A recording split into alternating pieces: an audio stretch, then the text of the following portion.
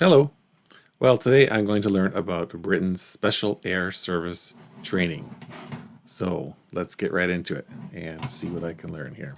The Special Air Service, Britain's original special forces, and the granddaddy of all modern special forces. The SAS is the benchmark by which every other special forces unit is measured. And I'm already learning.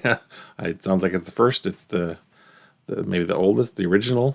So interesting to know it's tactics what and training methods everyone have been else is. replicated all over the world. The history of the SAS begins in the deserts of World War II, and their feats of daring are the stuff of legend and continue to this day in the global war on terrorism.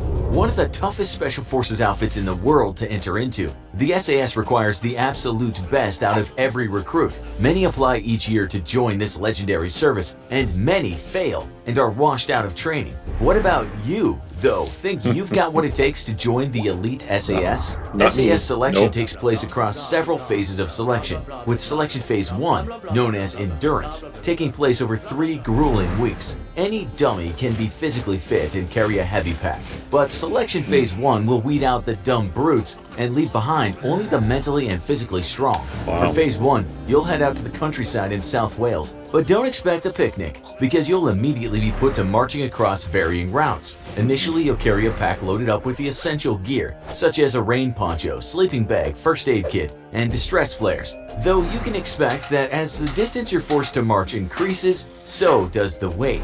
You'll carry your food with you too, which consists of some bread rolls, a few Mars candy bars, and potato chips, along with a 24-hour ration pack that can only be opened in an emergency. Forced to march aimlessly, low on food and sleep, this phase isn't just testing your physical fitness, but your mental fitness as well. I'm interested. They said they have chips, like potato chips and Mars candy bars is what they give you, and then an emergency ration kit. So, I'm not sure why they're picking Mars. Maybe they'll go into that, but of course that's sugar and salt, so maybe that's why they pick those. I'm not sure. Anyway, yeah, but otherwise, already seems pretty grueling, and yeah, for sure I would not pass this test. And even when I was young, I don't think I would have passed. No, I would not have passed this test for sure already. And I'm only a minute and a half into this video. I already counted myself out. But that's fine. That's not for me. But it's not me. But let's see what else we'll learn. Unlike in most other Special Forces candidate programs, here you won't have to deal with instructors screaming at you and breathing down your neck. Instead, SAS instructors purposefully leave you completely to your own devices, offering no encouragement, but no chastisement either. You will pass or fail completely of your own volition. That's interesting. I have not been through this personally, but all I know is what I've seen on TV and movies, which is probably a really bad example. But in movies, I have seen, usually it's American movies, the recruits, when they're doing their training, will be chastised. They will be, berated. All of these things will happen to them during their training, and it's all a matter of trying to get them to sort of break their spirit and quit and give up, or see if they can survive it. So it's interesting. It's quite different here. So this is interesting from what I've heard And of you before. better be good at disciplining temptation too, because while you may be starving, opening up that 24-hour emergency ration pack without permission is grounds for rejection. Attention to detail is critical for an SAS soldier, so as long as you're trying to drag yourself through another day-long march on your blistered feet, you should expect instructors to occasionally quiz you about landmarks you may have just passed. The purpose is to test your alertness and see how well you can pay attention while physically miserable. One candidate said he was asked how many supports were on a bridge he had just crossed over during his march. Eventually, you'll face the Interesting. Yeah, of course. They want you to be paying attention to your surroundings at all times, and so that's all part of this training. Is that not only are you mentally and physically exhausted, you need to pay attention to what's around you as well. So that's interesting that they're doing that. final test, a grueling 40-mile march up and down hills, carrying 55 pounds of gear and an assault rifle to boot. Not only will you have to accurately navigate your own course, but you'll only have 22 hours to complete the course. Failure means your application process is over, and Wow, so you've got 22 hours, you're carrying 55 pounds, you're going 40 miles for 65 kilometers. So if we do that math there, it's 20, you've got to be doing at least 2.5, over 2 kilometers per hour. And I think they said the terrain is grueling and up and down and everything else. And yeah, wow. Yeah. And I think this is after you've already been doing all of the other marching or walking or hiking or whatever it is for many days already. So this is, wow, pretty grueling, sounds like. You'll return to your home unit. Just because you passed, though, don't expect that you're on to the next official phase, because instructors will have been carefully evaluating you the entire time. If they suspect you aren't the right stuff, it won't matter how fast you completed your course or how much weight you can carry. You'll be rejected and sent back to your home unit. Out of 200 candidates, only around 30 to 40 will make it past this phase and move on to the next phase, jungle training. Like most of SAS's training, the exact details of what goes on in the jungle phase are classified. What is known, though, is that trainees will learn jungle survival skills, as well as how to conduct patrols deep behind enemy lines and live off the land for weeks at. It's very interesting, yeah. So, yeah, you're being trained to sort of be self-sufficient to survive. If you got lost, I suppose, in the real combat scenario, if you got lost, you're trained to be able to find food for yourself and survive. And certainly that's excellent. Yeah, you'd certainly want that skill set for sure. At a time, into the jungle. Trainees will learn how to operate as a 4-man unit and live on rations, remaining undetected as they carry out their mission. A strong emphasis on physical fitness will also see trainees hit the gym every day, and after the gym there will be a great deal of time spent out on the range. There you'll learn how to operate standard bits of SAS gear, to include battle rifles, recoilless rifles, grenade launchers, and light machine guns. Trainees will also learn how to operate many other weapons in use across the world. An SAS soldier must know how to pick up a weapon in a foreign battlefield and use it effectively if he needs to. You'll also undergo training on setting up ambushes as well as responding to enemy ambushes. You'll be trained in advanced scouting techniques and how to observe your environment for subtle changes that could signal a hidden enemy patrol or a sniper perched and waiting. Detecting changes in color, shadows, or even small movements can mean the difference between life and death for an SAS operative deep behind enemy lines. As with many other Special Forces training programs, you'll also learn advanced defensive driving techniques, enabling a quick getaway in any hostile situation. Up to this point, everything seemed really challenging, grueling, and physically very difficult. I'm certainly not up to that challenge myself. But this learning how to do special quick getaway driving, that sounds interesting. That sounds like that would be an interesting skill set to have. Wow, I guess that makes sense though. If you have to do a getaway, you need to make sure you know how to drive quick and effectively. These are many of the same techniques that police use for stopping speeding drivers, but you'll learn how to avoid those same techniques and not be stopped yourself. We hope you like blowing things up, because you'll also be learning how to handle a variety of explosives. Because explosions typically mean wounded, you'll receive extensive medical training that can be quickly deployed out in the field. Yeah, that makes One sense, of the most for sure. important jobs that Special Forces operators do in war is reconnaissance. And so you'll learn how to establish listening posts and observation posts, and covertly observe an enemy. To aid you in your mission, you'll learn how to use a variety of secure communications gear, such as satellite radios, and how to avoid getting pinned down by the enemy due to your electronic emissions. Lastly, it's interesting they're showing the cell phone there. Basically, I think they were just sort of throwing it away because the cell phone is, the most basic of devices, and you're going to be using other more high-tech devices, also devices that can't be traced. A cell phone is essentially a radio beacon, I think, pinpointing where you're located. So yeah, it's interesting. You get to know a lot more about the different You'll undergo technologies as well. extensive hand-to-hand and close-quarters combat techniques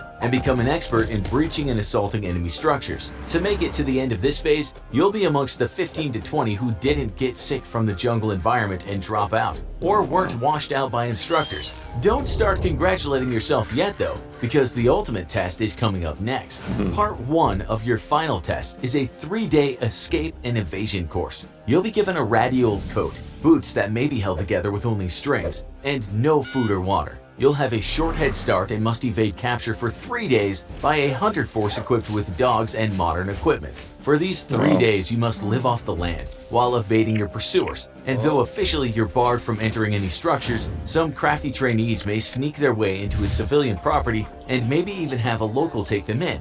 As with most Special Forces tests, cheating is simply another creative way of accomplishing the required objective, as long as you aren't caught, that is. That's funny. So they're saying cheating is allowed as long as nobody knows about it. Okay, that's kind of like, like if you're a person is speeding in their car, if a police officer was not around to observe it, then it didn't happen, right? Is that the same thing as a tree falls in the forest and no one's around? Does it make a sound? Is that the same theory?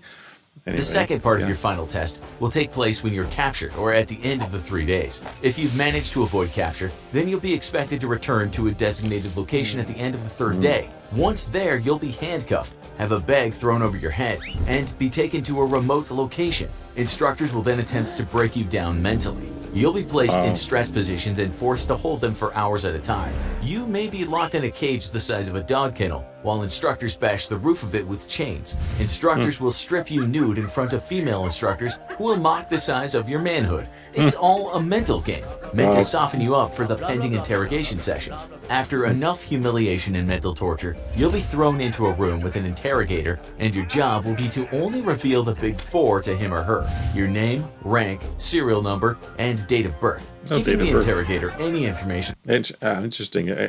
Again, unfortunately, my frame of reference is movies, so it's a terrible frame of reference, but usually it's name, rank, serial number, but date of birth is interesting. So interesting. Other than that, will lead to your immediate expulsion from SAS training. That's it, the end of the line for you. Wow. If you make it through this final phase. Yeah, I mean, if you made it that far, you'd be really committed to want to make sure you don't give any additional information. So they're really, they've put you all through this physical stress earlier. Now you're in the mental stress.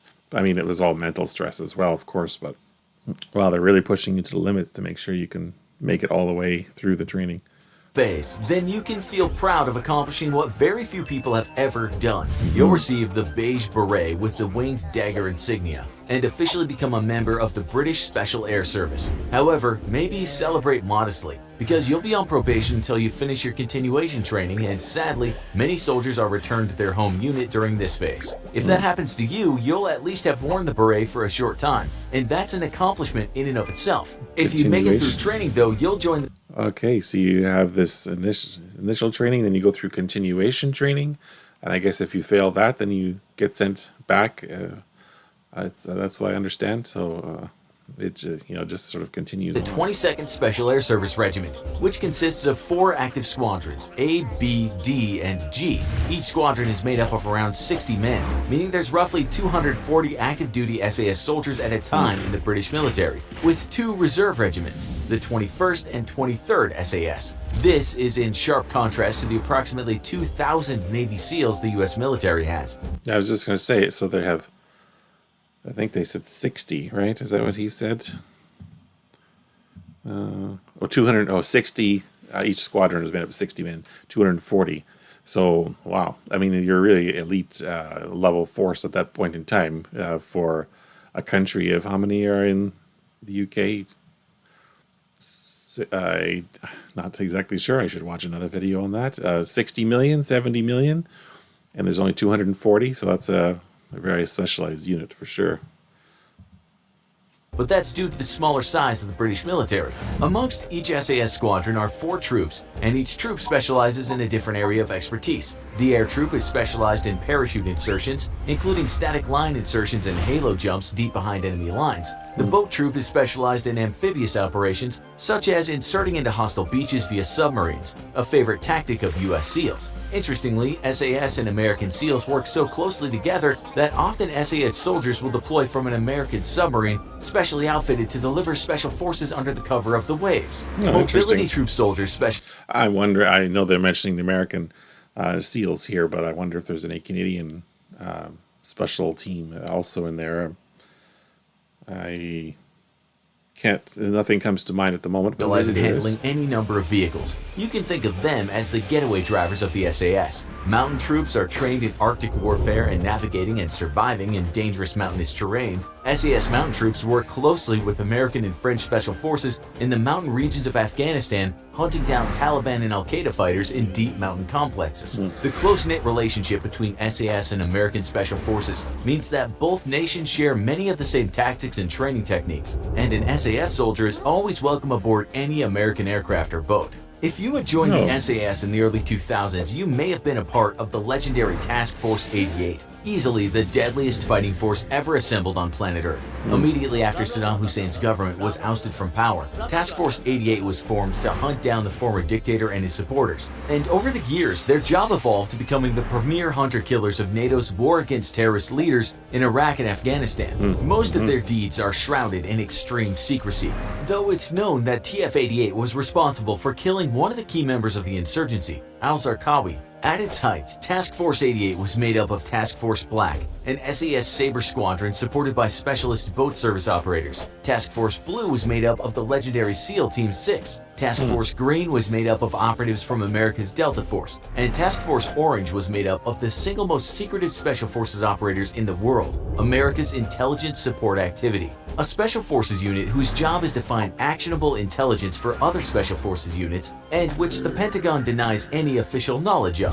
Task Force 88 was an example of a close-knit relationship between the Special Air Service and its American counterparts, and that relationship continues to this day in unacknowledged conflicts all around the world. If you think you've got what it takes to make it through SAS selection after watching our video, maybe you too will be working side by side with the world's best, hunting down bad guys in jungles, deserts, and mountains all over the globe. Now that you've watched this adrenaline-packed video, maybe it's time to chill out with this video over here. And if that...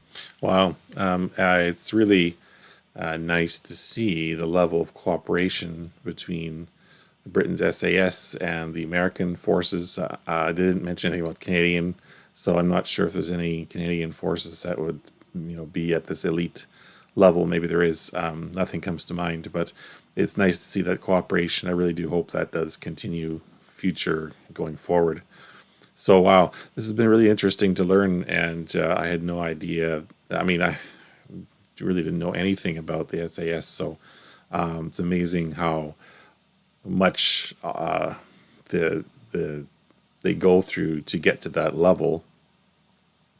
And but certainly you want your very best trained personnel being deployed into these special situations, so it makes sense that they have to go through all this specialized training to get what's done. So wow, very interesting, very informative. I learned a lot. Thanks for joining me on today's learning journey for me. I like to react and learn about anything to do with Britain and the UK and Europe. And so I'm continuing to do some future videos. Hopefully you enjoyed watching today, and maybe you learned something as well about the SAS. If you found the video interesting or informative, I'd appreciate if you would consider giving me a thumbs up and consider subscribing for future videos. Thanks so much for watching, and have a great day.